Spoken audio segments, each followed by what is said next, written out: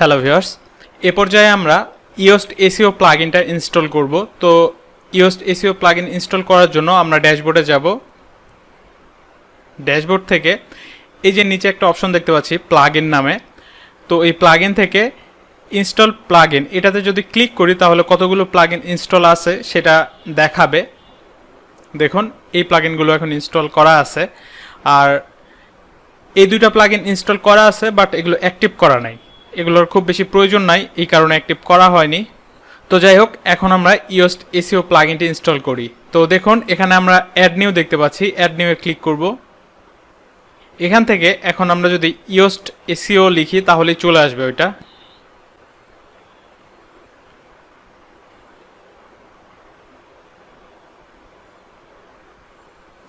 দেখুন আমি ইয়োস্ট লিখেছি, এই যে চলে এসেছে ইয়োস্ট এসইও। এটা জাস্ট ইনস্টল করব। ইনস্টলে ক্লিক করলাম, এখন ইনস্টল হচ্ছে। হ্যাঁ, ইনস্টল হয়ে গেছে। এখন আমরা এখান থেকেও অ্যাক্টিভ করতে পারি, অথবা আমরা যদি ইনস্টল প্লাগইন এখানে ক্লিক করি তাহলে সবগুলো প্লাগইন এখানে দেখতে পাবো। এই যে দেখুন এখান থেকেও অ্যাক্টিভ করতে পারি, জাস্ট অ্যাক্টিভে ক্লিক করলেই প্লাগইনটি অ্যাক্টিভ হয়ে যাবে। অ্যাক্টিভ হয়ে যাওয়ার পরে দেখুন এখানে একটা মেনু যোগ হয়ে গেছে। এই মেনু থেকে আমরা বিভিন্ন অপশন পাবো। তো আমরা চাইলে সেটিংয়ে ক্লিক করেও এই মেনুর মধ্যে আসতে পারি, অথবা এই মেনু থেকে ইয়োস্ট এসইও দেন জেনারেল এখানে ক্লিক করলেও হবে।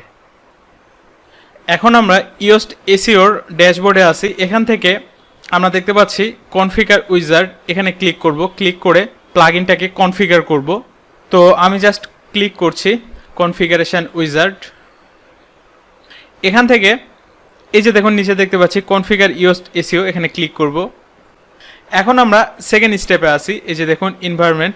তো এই অপশনে আমরা ফার্স্ট যে অপশনটা এটা সিলেক্ট করব, my site is live and ready to be index, এটা সিলেক্ট করে দেন নেক্সটে ক্লিক করব। ওকে, এখন থার্ড স্টেপে আছি। তো এখানে আমাদেরকে সিলেক্ট করতে হবে যে ওয়েবসাইটটি আসলে কি ক্যাটাগরির। যেহেতু আমাদের ওয়েবসাইটটি ব্লগ ক্যাটাগরির, তো আমরা এ ব্লগ এটা সিলেক্ট করতে পারি। দেন নেক্সটে ক্লিক করব। ওকে, এখান থেকে আমাদেরকে সিলেক্ট করতে হবে এই যে আমাদের ওয়েবসাইটটি আছে এটা আসলে কোনো কোম্পানির আন্ডারে আছে নাকি আমরা পার্সোনালি এটাকে মেইনটেইন করছি, এই বিষয়টা। তো যদি কোম্পানি হয় তাহলে আমরা কোম্পানি সিলেক্ট করব, দেন কোম্পানির নাম এখানে দিব এবং কোম্পানির লোগোটা এখান থেকে সিলেক্ট করে দিব। আর যদি পার্সোনাল হয় জাস্ট পার্সোনাল সিলেক্ট করে আপনার নামটা দিয়ে দিলেই হবে। তো আমি কোম্পানি সিলেক্ট করছি, দেন এখানে আমাদের ওয়েবসাইটের যেটা নাম সেটা দিয়ে দিচ্ছি, দেন লোগো সিলেক্ট করছি। ওকে, এই লোগোটা আমি সিলেক্ট করলাম, অলরেডি আপলোড করা ছিল। আচ্ছা, দেন নেক্সটে ক্লিক করব। দেন এই 5 নাম্বার স্টেপে এসে এখন আমরা এখানে বিভিন্ন সোশ্যাল মিডিয়ার লিঙ্কগুলো অ্যাড করে দিব।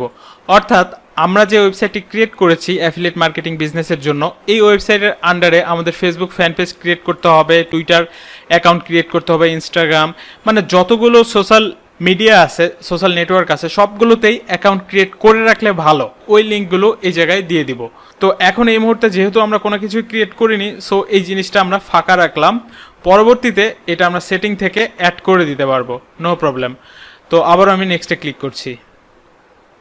তো এই 6 নাম্বার এই স্টেপে এসে সার্চ ইঞ্জিন ভিজিবিলিটি, এখানে আমরা দুইটাই ইয়েস দিব, দেন আবারও নেক্সট।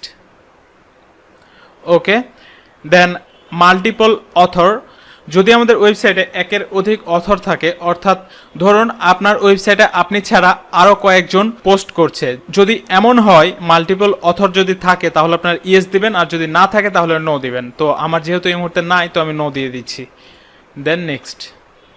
দেখুন এই 8 নাম্বার এই পজিশনে এসে গুগল সার্চ কনসোল, এখানে আমাদের যেটা করতে হবে গুগলের সাথে অথেন্টিকেশন করতে হবে। তো এটা আমরা যেহেতু এখনো করিনি, এটা এর পরের লেসনে করব। সো এখন এটা আমরা এই অবস্থায় রাখছি, দেন আবার নেক্সটে ক্লিক করব। তো এখানে দেখুন সেপারেটর, অর্থাৎ ওয়েবসাইটের অ্যাড্রেস বারে এসে একটা লিঙ্ক দেখতে পাচ্ছি। এই লিঙ্কের মাঝে যেমন এই যে ডাব্লিউপি দেখতে পাচ্ছি, ডাব্লিউপির পরে একটা সেপারেটর আমরা দেখতে পাচ্ছি। দেখুন এই সেপারেটর কিরকম হবে, যদি ড্যাশ হয় তাহলে এটা আমরা সিলেক্ট করব, যদি আমরা স্টার দিতে চাই স্টার সিলেক্ট করব। বেস্ট প্র্যাকটিস হচ্ছে ফার্স্টে যেটা ছিল ডিফল্ট অবস্থায় এটাই রাখা, দেন আবারও নেক্সটে ক্লিক করব। এখন আমরা এই 10 নাম্বার স্টেপে আছি। তো এখানে সাইন আপ করতে বলছে তারা, তো এটা এখন সাইন আপ না করলেও হবে, জাস্ট তারা নিউজ লেটার পাঠাবে যদি আমরা সাইন আপ করি। তো আমি নেক্সটে ক্লিক করছি। ওকে, এখন দেখুন অনেকগুলো টিউটোরিয়াল তারা আমাদেরকে দিচ্ছে ইওস্ট এসইও প্লাগইন সম্পর্কে বিভিন্ন ইনফরমেশন আপনারা এই টিউটোরিয়ালগুলো দেখলে পাবেন, চাইলে দেখে নিতে পারেন। দেন নেক্সটে ক্লিক করব। দেখুন সাকসেস, কাজ শেষ, ক্লোজ করে দিলাম। এখন আমাদের যেটা করতে হবে সেটা হচ্ছে যে এই যে ওয়েবমাস্টার টুল দেখতে পাচ্ছি, এখানে ক্লিক করে এখান থেকে বিভিন্ন সার্চ ইঞ্জিনের সাথে আমাদের এই ওয়েবসাইটটি কানেক্ট করে দিতে হবে, অর্থাৎ অথেন্টিকেশন ভেরিফাই করতে হবে। যেমন দেখুন আমরা দেখতে পাচ্ছি গুগল, বিং, তারপর বাইডু, ইয়ান্ডেক্স, এগুলো সবগুলোই হচ্ছে সার্চ ইঞ্জিন। তো এই জিনিসগুলো কিভাবে করে এগুলো আমরা পরের লেসনে দেখব। এখন আরেকটা জিনিস দেখি, সেটা হচ্ছে যে ওই যে সোশ্যাল মিডিয়া লিঙ্কগুলো আমরা অ্যাড করলাম না, পরবর্তীতে যদি অ্যাড করতে চাই তাহলে দেখুন এই যে আমরা দেখতে পাচ্ছি সোশ্যাল, এখানে জাস্ট ক্লিক করব। ক্লিক করলে দেখুন এই যে সবগুলো লিঙ্ক আমরা এখান থেকে অ্যাড করে দিতে পারবো। দেন দেখুন এখানে যদি আমরা ক্লিক করি ফেসবুক, এখান থেকে আমরা ফেসবুকের এফআইডি দিব এখানে, এবং ইমেজ ইউআরএল দিব। ইমেজ ইউআরএল বলতে এখানে আমাদের ওয়েবসাইটের লোগোটা সেট করে দিতে হবে। এটা করার পেছনে কারণ হচ্ছে, যেমন দেখুন এখন যদি আমাদের ওয়েবসাইটের লিঙ্কটা আমরা কপি করে যদি ফেসবুকে শেয়ার করতে যাই, দেখুন এখানে কিন্তু আমাদের ওয়েবসাইটের কোনো লোগো বা কোনো ইনফরমেশান শো করছে না। বাট এইটাই যদি আমি এখন আমার অন্য যে ওয়েবসাইটগুলো আছে, যেমন এই যে techtanvi.com, এই লিঙ্কটা কপি করলাম, দেন এখানে পেস্ট করে দিলাম। দেখুন techtanvi.com, এটার একটা লোগো এখানে শো করছে এবং এটার ডিসক্রিপশান, মেটা ডিসক্রিপশানটা এখানে শো করছে। তো এই লেসন এ পর্যন্তই রাখছি, সবাই ভালো থাকবেন।